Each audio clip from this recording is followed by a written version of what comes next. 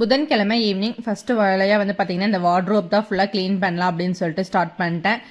ஃபுல்லாக ட்ரெஸ்மே வந்து பார்த்திங்கன்னா வெளியில் போட்டு போடுறது, ரெகுலராக வீட்டில் யூஸ் பண்ணுறதுன்னு சொல்லி எல்லாமே கலைஞ்சிருந்துச்சு. சரி, எல்லாமே நீட்டாக மடித்து வச்சாச்சு. இது எவ்வளோ நாள் இப்படியே இருக்கும் அப்படிங்கிறது கேட்டால் தெரியலின்னு தான் சொல்லுவேன். ஏன்னா வந்து பார்த்திங்கன்னா திருப்பி நம்ம துவைச்சி மடித்து வைக்கிறப்ப அது எப்படியும் கலைஞ்சு போயிடும் இன்னொன்று எடுக்கிறப்போ. சரின்னு சொல்லி ஃபுல்லாக மடித்து வச்சுட்டு அப்படியே ட்ரெஸ் எல்லாமே மடிக்க வேண்டியது இருந்துச்சு. சேரில் வந்து ஒரு சேர் ஃபுல்லாகவே நம்பிடுச்சு. கிட்டத்தட்ட பார்த்திங்கன்னா 2-3 டைம் துவைச்சி போட்ட ட்ரெஸ்ஸு இதில் வேறு மிஷினில் போட்டு காய வேற போட்டிருக்கோம். சரி, இதுக்குள்ளே சீக்கிரம் மடித்து முடிச்சிடலாம் அப்படின்னு சொல்லிட்டு அது எல்லாமே மடிச்சிட்டு இருந்தேன். குட்டீஸ்க்கு ஸ்நாக்ஸ் போட்டு ஏதாவது போட்டு கொடுத்துட்டோம்னா அவங்க பாட்டுக்கு சாப்பிட்ருப்பாங்க அப்படின்னு சொல்லிட்டு போட்டு கொடுத்துட்டு நானும் ஃபுல்லாகவே ட்ரெஸ் எல்லாம் மடிச்சாச்சு. ஃபுல்லாக மடித்து எல்லாம் எடுத்து கபோர்ட் அந்த பிளேஸில் வச்சதுக்கப்புறமா இந்த மாதம் என்னென்ன செலவு பண்ணியிருக்கோம் அப்படின்னு சொல்லி எல்லாமே வந்து பார்த்திங்கன்னா நோட்டில் எழுதி வச்சுட்டு இருந்தேன். இப்போ ரீசெண்ட் டேஸில் இதெல்லாம் ஃபாலோ பண்ணிகிட்ருக்கேன். பட் எவ்வளோ நாளைக்குன்னு தெரியல.